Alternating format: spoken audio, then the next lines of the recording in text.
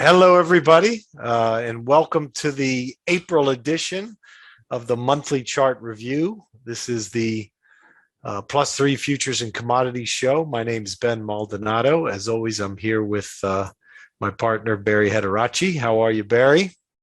Doing pretty good, Ben. You ready to do the 10,000-foot big picture view here?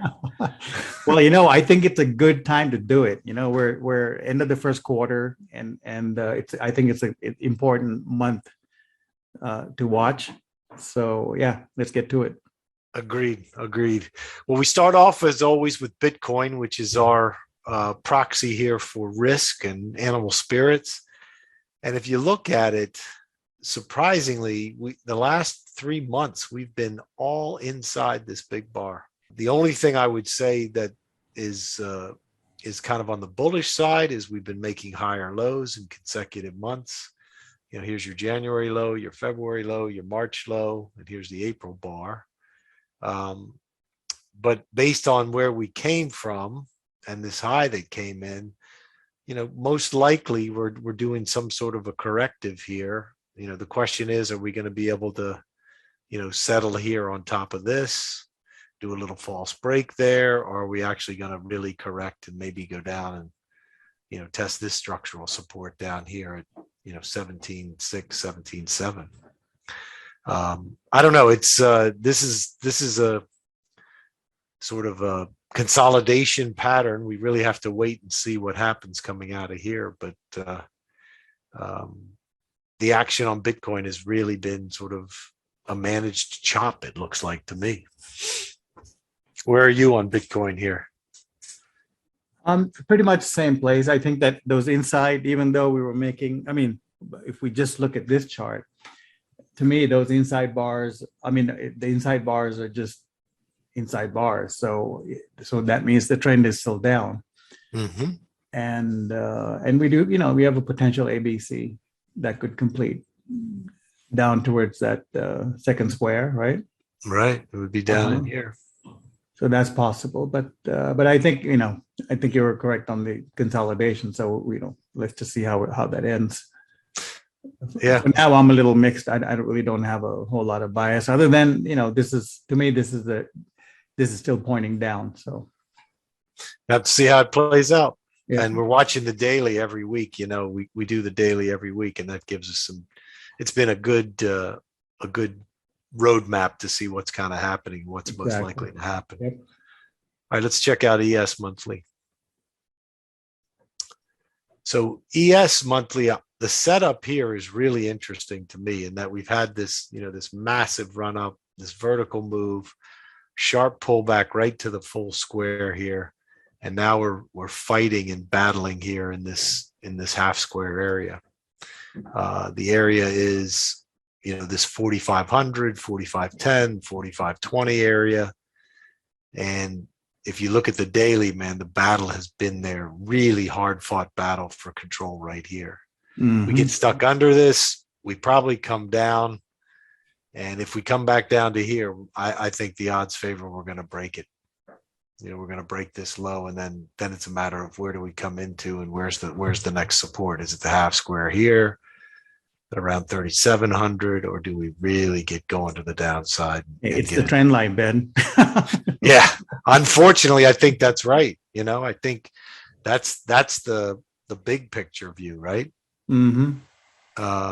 But this, to me, this is the battle. Everyone that's saying, "Oh, it's a new bull market. We got the lows in." Well, only if we can stay above this half square, man. This is the battle. This is the line is drawn, and the market is really slugging it out here right now. Anything else you have to add on the big picture ES? Well, just that when you have a steep climb like that, and you have that steep trend line, when you break those, the tendency is not to go sideways. When you break those, you break, and majority of the time. So we have to keep an eye on that. So that low that we made right on that square is a critical level.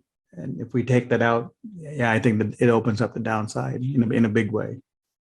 Agreed. I mean, when I was looking at it you can see it a lot better on the lower time frames, but The minimum thing I think we do is an ABC here. Hmm. The question is it an ABC or do we catch a third and we really, really accelerate? I'm We'll waiting see. for the third. Yeah, I agree. Given what we did going into it, I think the odds favor that. Yeah. Let's check out NQs now. NQs is a little more bearish. And you can see there was a battle here at the half square. And, coming into April, March, we closed pretty much right on it. Now we're back below it. To me, this thing's leading and it's rolling over. I think NQs are bearish, and as I said, they're leading the way down. What do you see in the NQs? It's the same thing. It's leading the way down and looks weak. I think the highs are in. The odds are, looks like. Mm-hmm. Mm-hmm. And I would say to treat it like a bear market. I have to agree. I mean, if you look at the high, especially if that trend line goes, right? I mean, that would be like the final flag. Yeah. And again, it's sort of like we had one push down. This is the push up. And are we coming into the third here shortly? The other thing, price and time here was perfect. I mean, absolutely perfect. Mm-hmm. So if we were to turn up and make a new high, then we're completely wrong and something different's happening. So right now the odds favor we're heading down in the NQs. All right, let's jump over to the commodities. Interesting thing about the commodities, and I want to sort of prepare you for it, is different groups are in different stages of a bull market. Some of them are coming out of corrections. Some of them are going into corrections. Some of them are in the middle of corrections. But as a whole, when you look at these charts, you'll see that they're in, long-term, monthly basis bull markets after major breakouts. And that's the key takeaway, I think, right now. First thing we got to cover, though, is we got to do the 30-year. We got to do bonds. Here's the 30-year. 30-year, if you really look at it and you look at the pattern, to me, this is leading the equity market.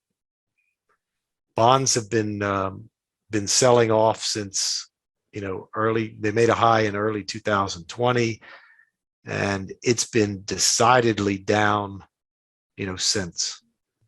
Stocks started reacting negatively in here, November, December, January timeframe. But you can see the bonds have been leading the way down. And right now, if you look at this April bar, man, we are on critical support. And it does not look like it's going to hold. No, it doesn't. So the thing I would say, with bonds is we're looking at higher interest rates. We're looking at weakness in bonds. I don't see a lot of strength in this area from a big picture view. How far we go, the fact that we couldn't hold this half square at about 147.5 means that the next stop is 126, 127. Just looking at the full square on the monthly. So bonds are looking weak, which has implications for interest rates. Obviously, interest rates are strong. Interest rates are going to be higher. And higher interest rates are probably not a really good friend of the stock market at this point. What are your thoughts on bonds? Well, we've been covering this on a weekly basis, and so far we've been pretty much on it. We are onto some support, not just on the monthly trend line, but also and we'll cover that tomorrow on the weekly. But I think we're also on some shorter term. We're squaring out, or we're at a major square. So there is some support here. So it's possible we get a little bit of a relief or a little bit of a bounce. But looks like the direction is down. Bigger picture. Especially look, your half square is taken out, so it really opens up the lower square. Absolutely. So we're on the way. Yeah, this is a bull market in interest rates. Let's call it that way. Mm-hmm. Yeah. Let's go to the grains first. Let's review grains. So here's wheat. And as a group, the grains, in my opinion, are in the middle of a correction, in the middle of consolidations. And you can see it in wheat. We had this massive move. Look at this 2-month move from about 750 to 1300, 1400. I mean, massive move.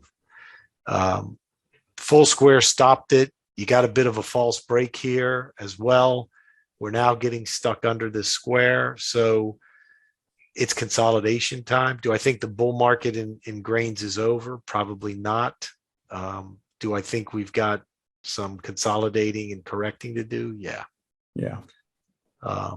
The interesting thing, though, if wheat can hold above this, let's call it this half square here. Let's give it a little room. But if we can hold above this half square and around the, call it 900 area, man, that's still bullish.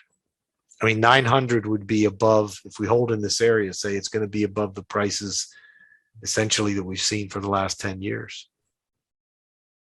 So it's while it's a major correction off of that high, you know, and maybe we have to go sideways for 6-8 months. You know, we've seen this in these grains before. After a move, they go sideways for 3, 4, 5, 6 months before the, you know, the next move higher, something like this over here. It's possible. But at the moment, you know, as we've been saying on our weekly videos, you know, the grains are going to be correcting, consolidating this move that we saw going into early 2022. Anything to add on wheat? Just to say, you know, treat it like a bull market and trade it like a bull market. And like you said, you know, that was a hell of a push up. So yep. You have to let it consolidate a bit and pick it up on the next round. Yeah, so we're watching where these lows of this correction are going to come in and how it acts, and that'll give us. Half square level is pretty good. What's that level on the half? It's about 900. Right there, yeah. Yeah, 904, 900 area. Yep. That's a solid area. So if we hold above that, we'll be in good shape on wheat. Mm-hmm. Let's take a look at corn. Corn is interesting from the standpoint of this consolidation off of the spike. It didn't have as big a spike. It had a nice run, no doubt, a nice run up into this high. But this consolidation is happening near the highs. And if you notice, the pullback is holding above, you know, the high we made in 2021 last year. So it looks like corn, to me, is one of the strongest grains we watch, and might be leading the pack out of this consolidation when it's done. Still bullish. Obviously, we got stopped by the full square here at the high. Now we're consolidating just under it, and as I said, above this square here, and obviously well above, you know, the prices we saw on that base coming out of here. Any other thoughts on corn? No, I think you got it. It's pretty well framed. Mm-hmm. Yeah. Yep. Well, good. Let's look at beans. Beans is interesting too. It's doing something similar to corn, right? Consolidating around that previous high. And it's sitting on top of this full square here. So, you know what that means? Yep, it means the pressure is going to be to the upside as long as we stay there. So, watching beans again, I think as a group, they got to burn some more time off. You know, maybe it goes sideways, maybe they chop around. And if you watch these things day to day, you've seen that kind of price action. It's up big one day, and then they're down big the next day, and then it's up big another day. Mm-hmm. And you're getting a lot of volatility without, you know, moving price that much in the end of the day. So all in all, I think the grains still look positive. Obviously, these are further along in their bull market than some of these other markets you'll see. But until we start, you know, taking out important support levels and making lower highs on the bigger picture, you know, the balance of the evidence is saying we're going to see higher prices in the grains. Anything else particular in soybeans you want to drop in here? I think all three grains are pretty much in the same boat. They're bullish, and we just have to treat it that way and trade it that way. And here, the big thing is we're sitting on top of that square, so that's a big deal. And if you're going to pick and choose your places to position, that was a good place. And we covered that in the March monthly. We covered that level, so we got right to it in between. Yep. Good point. Yeah. All right, let's jump over to the softs. Now, here's a group that I feel like is waking up from its slumber. Like it had a good move last year, made highs, corrected 5, 6, 7, 8 months, and now they're starting to wake up and move again. And the poster child for that is sugar, and you can see it here. Had the big down move off the highs in 2011, made a low, moved up, and then here was that correction. And it was about a 6-month correction. 1, 2, 3, 4, 5 months. 5 months into the low. And now we've got, last month we had this strong move up, and then here in April we're breaking out. So I think sugar is moving, bigger picture moving, lower time frames moving. We've talked about this on the weekly video the last couple of weeks, and we're starting to see really nice price action here in sugar on this breakout. I think the next stop is the 2016 highs around 23, 24. And given the cycle we're in, maybe we pause here, maybe we step up and then pull back. I wouldn't be surprised to see these all-time highs in the 30s challenged at some point in this cycle. But you can see here's the consolidation and there's the move, right? Big move up. Then we had a couple month consolidation, another move up, 3, 4, 5 month consolidation. And now it looks like the next move starting. I know you're big on sugar right now, Barry. Anything else to add? No, I think you pull back. Yeah, we had a 3-month pullback. Everything's like the textbook. Mm-hmm. Yep. That's the other thing. While we're doing this, with the commodities being all in bull markets, it's the main thing to do is to stick by your technicals and stick to the work, and not to get wrapped up in the news and what's happening, and no question. I mean, that's great advice, because we were talking about that the other day. The S&P and the NQs and the ES and everything, they're so choppy right now that if you try to overtrade there or really, really get aggressive, you're just getting chopped up right now. Whereas in the markets where there's an actual bull market going on, which is the commodities, when you get a signal and you get in, the moves are smooth, sharp, powerful. It's a big difference right now. Here's one we rode for this big bar up in March. Cotton, acting a lot like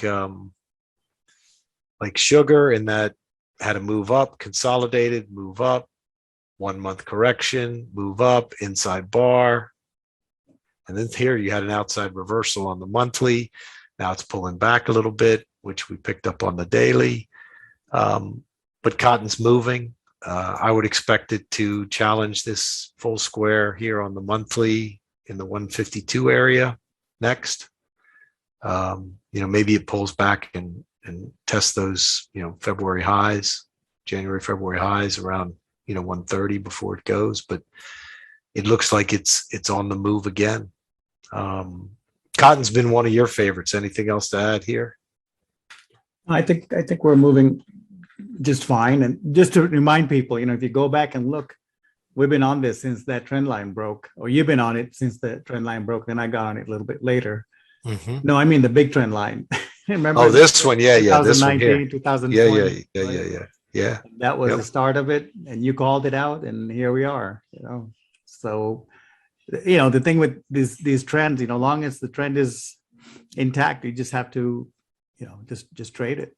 And the way we do it, we wait, we're with the trend till we get into square levels, and then we pause, take profits. manage it that way. And as you can see, there's in all these, there's corrections, consolidations along the way. It's not like a straight up move, but you ride it. And then when you see this break again, you get back in and then you can ride it. So there's trades to be had here. But the point is that once the breakouts occur, you get nice, smooth moves. Right. And it's good on the account balance, but it's good on the brain balance and the psyche, because it's a lot of smooth moves in the direction of that your work tells you. Mm-hmm. Coco, here's one that's been really winding up for years and years and years and years. And it keeps teasing us here and saying, okay, it's ready to come out, it's ready to break out, and then it pulls right back in. But even this garbage, this garbage price action here, just look at all the higher lows. I mean, it's really just a matter of time. So we've probed a couple times and tried to catch it, got stopped out.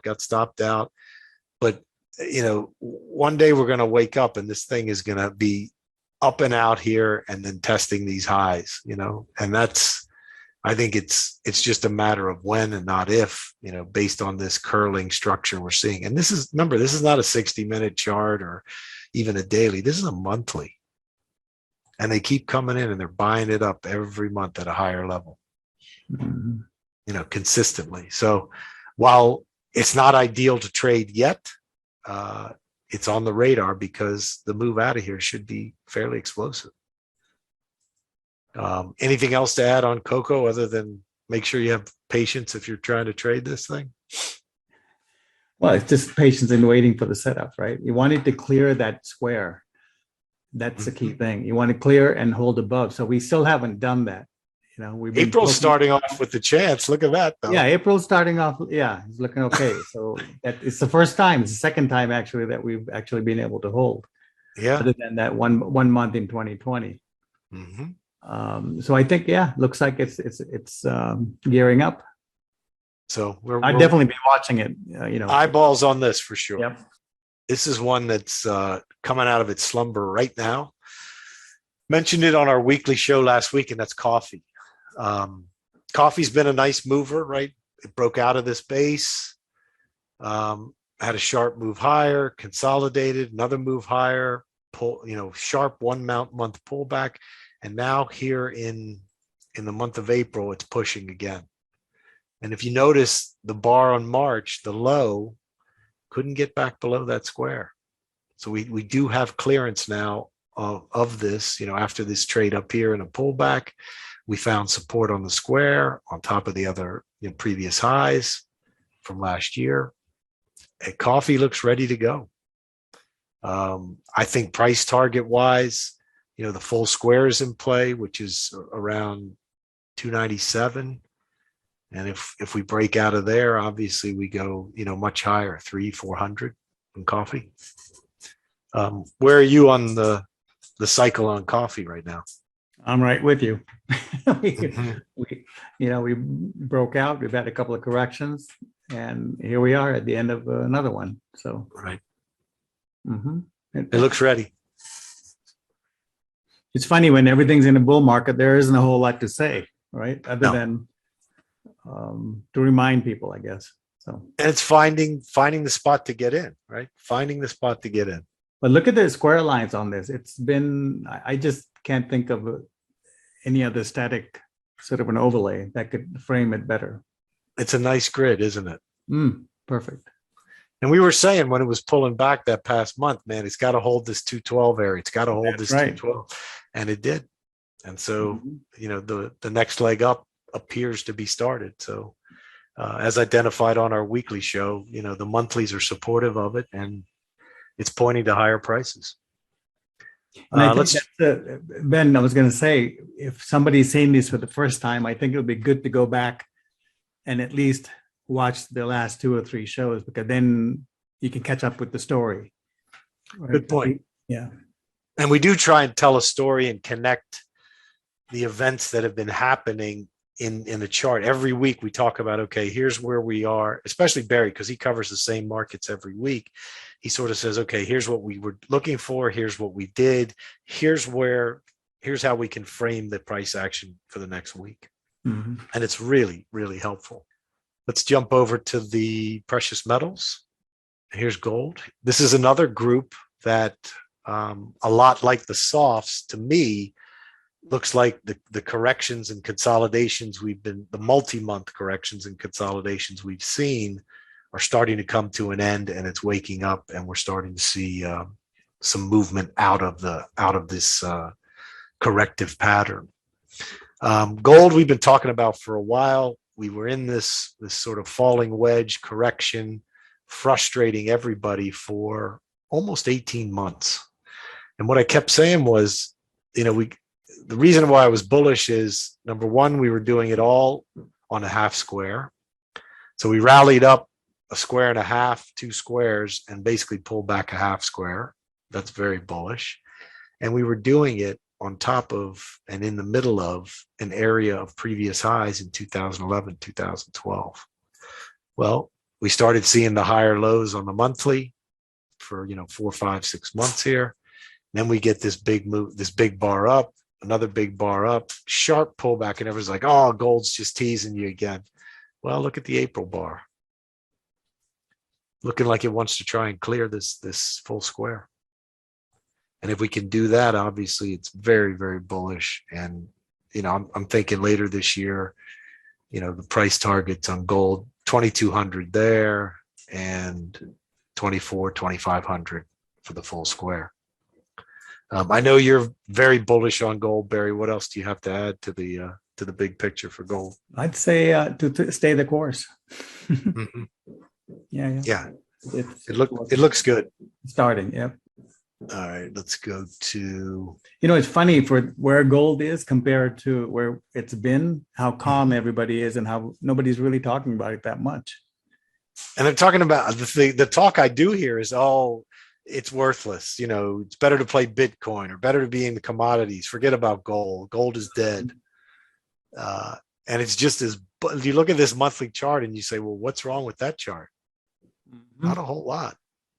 Pretty bullish. Mm-hmm. So here's gold's little brother, silver. Silver, the main thing about this chart that I liked, even though this was pretty frustrating if you were long silver or hoping, for a big move in silver and you just saw this sideways chop, this entire thing took place above the full square and above this 7-8 year consolidation that happened. And now we had that big push up breakout bar, and now, it's pushing again. So I think it's trailing gold, but it's got a little more zing than gold when it gets going. So I'm very confident we're going to see, full square here up near 40, 38, 40. And if we get there and can sit on top, then it looks like it's new all-time highs on gold, over 50. I mean, on silver, over 50. I like the price action. I like the way this thing is acting. It is frustrating a lot of people, which sentiment wise, if it gets going, will really be fuel for a heck of a move higher. What are your thoughts on silver here? Well, I think it's trading really well technically. And look where it's holding. Look at the lower square. And so, as long as it's about that, it's on firm ground, and the rest is just a matter of timing. That's it.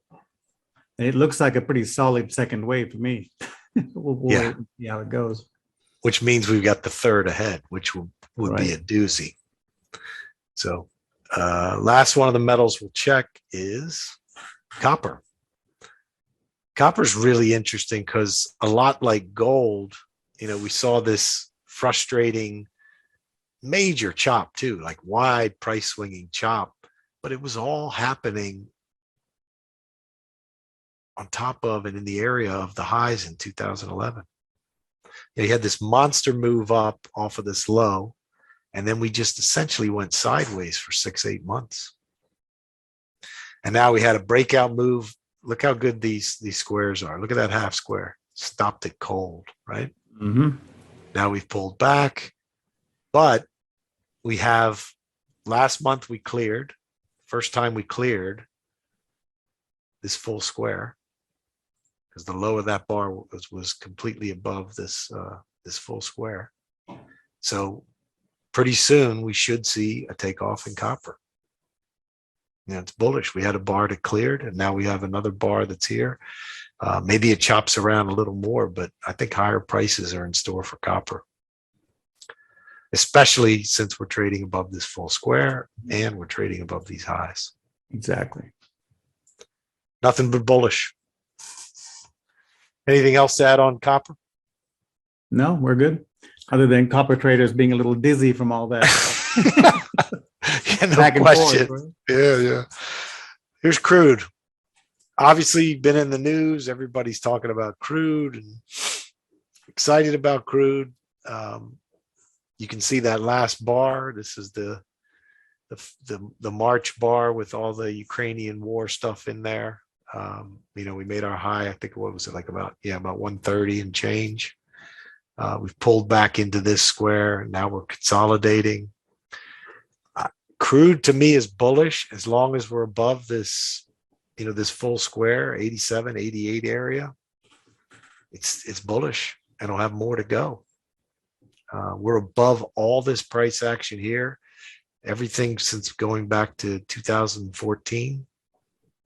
If we can sit on top of that, maybe we got to go a couple inside bars or pull back and even touch the full square. But this thing looks bullish. I mean, to me, it looks like there's higher prices still to come on crude. Where are you on crude? I'm just waiting. I think maybe this month we'll probably finish up the correction. Mm-hmm. And then we can look to the other side again. Just waiting for the correction to finish up. Yeah. For now. Yeah. And I think if you guys watch the weekly show, it will be more up to date as it's happening in real time. Yeah. As you look at the daily and the weekly, it gives us sort of a better view of the shorter term, what's going on.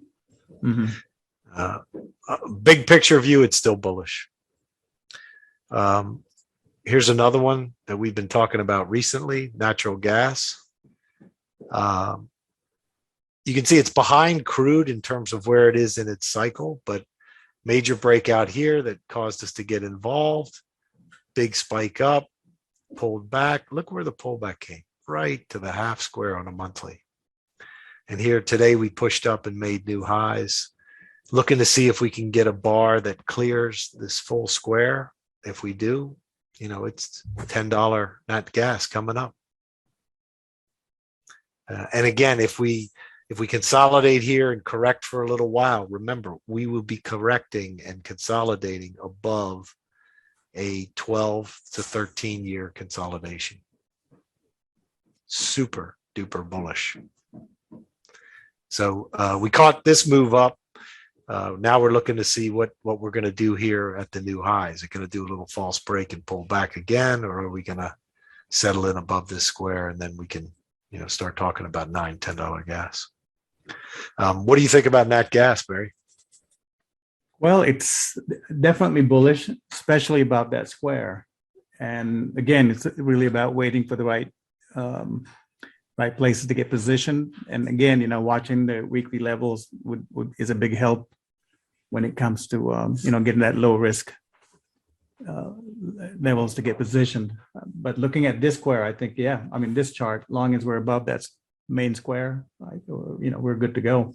I mean, that's the last pullback. I mean, look at the pullback right into the half square. So it's set up. Yeah, I mean, it's set up for potential another big move higher for sure.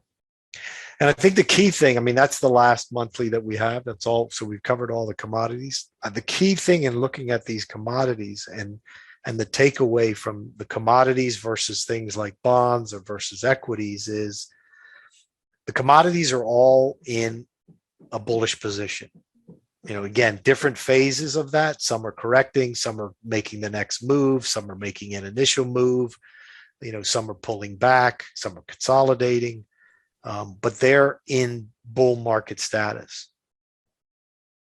Bitcoin, ES, NQ, 30-year bonds are all in some sort of phase of correction or potentially bear markets, early phases of that breaking down. as we talked about, 30-year bonds are well on their way in breaking down, and they're in the smack in the middle of the sort of the fast move of a bear market.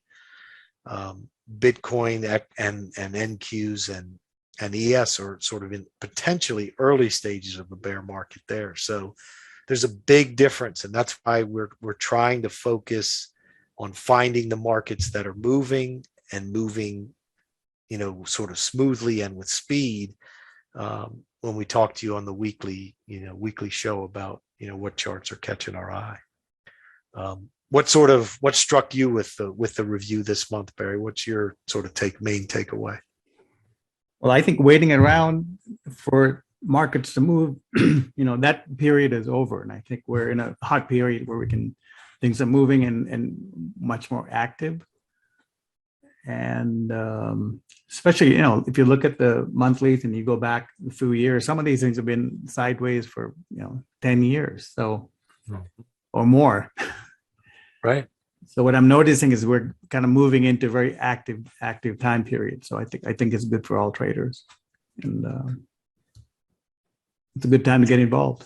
Amen for moving markets. Yes. All right. Well, that's the monthly show for April. We hope you enjoyed it. If you did, make a comment, like it, share the videos, do all the things that YouTube wants, and we'll appreciate it. And we will talk to you again next month when we do the review. And tomorrow we'll record the weekly show and have an update on what's happened the week that was. Take care, everybody. All right. Thanks, Ben. Good job. Thanks, Barry. Bye-bye.